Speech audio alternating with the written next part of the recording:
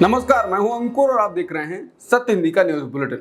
एक नजर अब तक की सुर्खियों पर। अमेरिकी राष्ट्रपति चुनाव में ट्रंप ने बहुमत हासिल कर लिया है। ट्रंप को 279 इलेक्टोरल वोट हासिल हो गए हैं। वहीं कमला हैरिस ने 219 इलेक्टोरल वोट जीते हैं। ट्रंप ने अमेरिका के 7 में से 4 स्विंग स्टेट्स में जीत हासिल कर ली है। इनमें जॉर्जिया, नॉर्थ कैरोलिना, विस्कॉन्सिन और पेंसिल्वेनिया शामिल हैं। अमेरिका में कुल 538 इलेक्टोरल कॉलेज वोट हैं। बहुमत के लिए 270 वोट की जरूरत होती है। अमेरिका में राष्ट्रपति चुनाव के लिए वोटों की गिनती जारी है। इस बीच ट्रंप ने अपने वोटर्स को संबोधित करते हुए कहा कि हम वोटर्स के लिए सब कुछ ठीक करने जा रहे हैं। ये एक ऐसी राजनीतिक जीत है जो हमारे देश ने पहले कभी नहीं देखी। 47वें राष्ट्रपति के रूप में मैं हर दिन आपके लिए लड़ूंगा। यह अमेरिका के लिए एक शानदार जीत है जो अमेरिका को फिर से महान बनाएगी। ट्रंप की जीत के बाद उनको दुनिया के देशों के राष्ट्र प्रमुख बधाई दे रहे हैं। इजराइल, यूक्रेन, ऑस्ट्रेलिया जैसे देशों के अलावा भारत के पीएम मोदी ने भी बधाई दी है। उन्होंने कहा कि ऐतिहासिक चुनावी जीत के लिए मेरे दोस्त ट्रंप को हार्दिक बधाई। पीएम मोदी ने कहा कि आपके पिछले कार्यकाल की सफलताओं की तरह ही मैं भारत अमेरिका की व्यापक वैश्विक और रणनीतिक साझेदारी को और मजबूत करने के लिए हमारे सहयोग को आगे बढ़ाने के लिए उत्सुक हूं। आइए मिलकर अपने लोगों के लिए कल्याण, वैश्विक शांति, स्थिरता और समृद्धि के लिए काम करें। पहली खबर जो अभी मैंने बताई थी उसमें पीएम मोदी ने आधिकारिक तौर पर ट्रंप को बधाई दी, लेकिन सबको पता है कि मोदी के नाम से बहुत से पैरोडी अकाउंट, फेक अकाउंट चलते रहते हैं। लेकिन इंडिया टुडे ने उन्हीं फेक अकाउंट में से एक अकाउंट का ट्वीट पीएम मोदी के नाम से पढ़ना सही समझा, जिसमें बांग्लादेश में हिंदुओं के साथ हिंसा पर चर्चा करने की बात पीएम मोदी कर रहे हैं।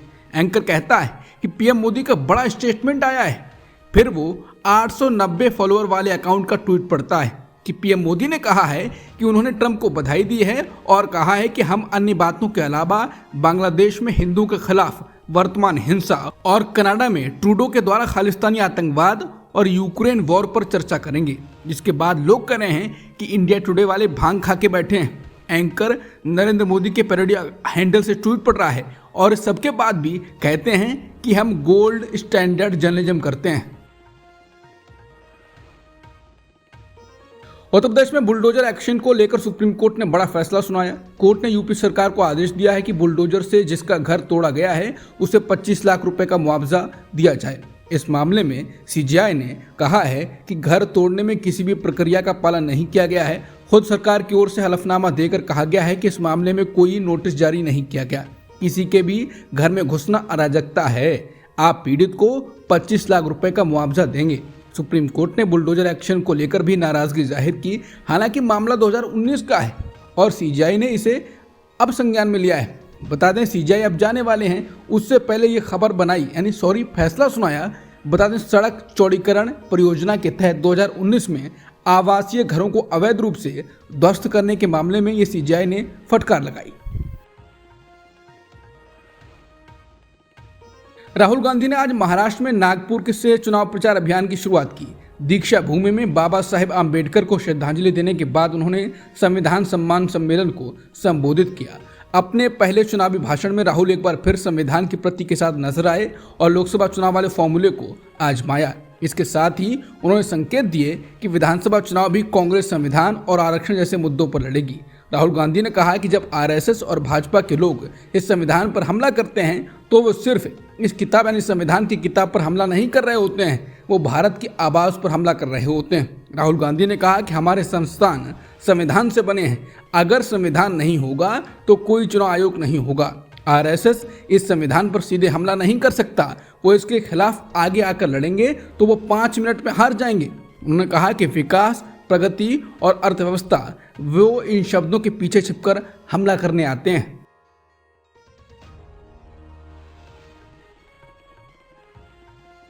महाराष्ट्र में राहुल गांधी ने कहा कि मैं रायबरेली की दिशा मीटिंग में शामिल हुआ। वहां मैंने अफसरों से अपना परिचय देने के लिए कह दिया। परिचय शुरू हुआ तो उसमें मुझे दलित, ओबीसी वर्ग के लोगों का नाम नहीं मिला।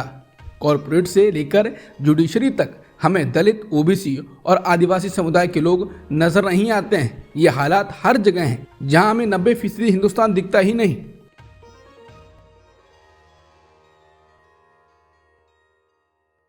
चीन हिमालय की सीमा पर भूटान के पास नए गांव बसा रहा है। यहां पर तिब्बत शैली के बनाए गए घर नजर आ रहे हैं। CNN की एक रिपोर्ट के मुताबिक डेमलॉग गांव को औपचारिक रूप से पिछले साल मार्च में 70 परिवारों के समुदाय के साथ स्थापित किया गया था। ये गांव चीन का इलाका है, लेकिन ये उन चीनी बस्तियों में से एक है जो भूटान के आधिकारिक मानचित्रों में दिखाई गई सीमा के भीतर भी आता है।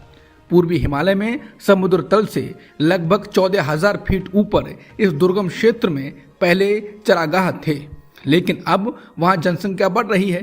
चीनी सरकार तिब्बत के उस पार से सैकड़ों लोगों को वहां बसने के लिए प्रोत्साहित कर रही है। चीन का ये क्षेत्र भूटान की सीमा से लगता है। वो बस्तियां विवादित क्षेत्रों पर अपना नियंत्रण स्थापित करने के चीन के बढ़ते प्रयासों में एक है। चीनी नेता शी जिनपिंग अपने प्रतिद्वंदियों पर चीन की स्थिति को बढ़ाना चाहते हैं। भूटान और चीन दशकों से अभी तक अनसुलझी सीमा वार्ता कर रहे हैं। भारत का मीडिया आज अमेरिका के चुनाव में पगला सा गया है। बीजेपी के नेता ट्रंप का भगवा ड्रेस में फोटो तक अपलोड कर रहे हैं। हालांकि इस सब के बीच हम भारत की बात भी कर लेते हैं। दरअसल पिछले दिनों से CGI चंद्रचूड़ चारों तरफ से घिरे हुए हैं। उनके फैसलों का मूल्यांकन किया जा रहा है। बताया जा रहा है कि कैसे उन्होंने बहुत करीने से सरकार को राहत पहुंचाई। इस बीच ऑल इंडिया बार एसोसिएशन के अध्यक्ष आदिश अग्रवाल ने CGI चंद्रचूड़ को कड़े शब्दों में पत्र लिखा है और CGI की न्यायिक मामलों के बजाय सार्वजनिक व्यस्तताओं पर चिंता जाहिर की है। रिपोर्ट के मुताबिक आदिश अग्रवाल का दावा है कि CGI का कार्यकाल 10 नवंबर को समाप्त होने वाला है। ऐसे में चंद्रचूड़ ने न्यायपालिका से जुड़ी गंभीर चिंताओं को दरकिनार कर देश भर के कार्यक्रमों में भाग लेने को प्राथमिकता दी है। उन्होंने कहा कि सार्वजनिक दिखावे के चक्कर में CGI अपनी न्यायपालिका से जुड़ी जिम्मेदारियों की अनदेखी कर रहे हैं। इसके अलावा काफी मुद्दों पर उनकी आलोचना की है। ये भी कहा है कि आप संवेदनहीन हैं और केवल आत्मप्रचार ही आपका मकसद है। महाराष्ट्र विधानसभा चुनाव के लिए मतदान में अब 2 हफ्ते ही बचे हैं। नामांकन के बाद सभी दल अपने अधिकृत उम्मीदवारों के खिलाफ बागी रूप दिखाने वालों पर कड़ी कार्रवाई की है। सत्तारूढ़ बीजेपी ने बुधवार को बगावत करने वाले 40 नेताओं पर सख्त कदम उठाते हुए उन्हें दल से बाहर कर दिया। पार्टी ने यह कार्रवाई 37 सीटों पर उम्मीदवारों के खिलाफ चुनाव लड़ने वाले बाकियों के खिलाफ की है।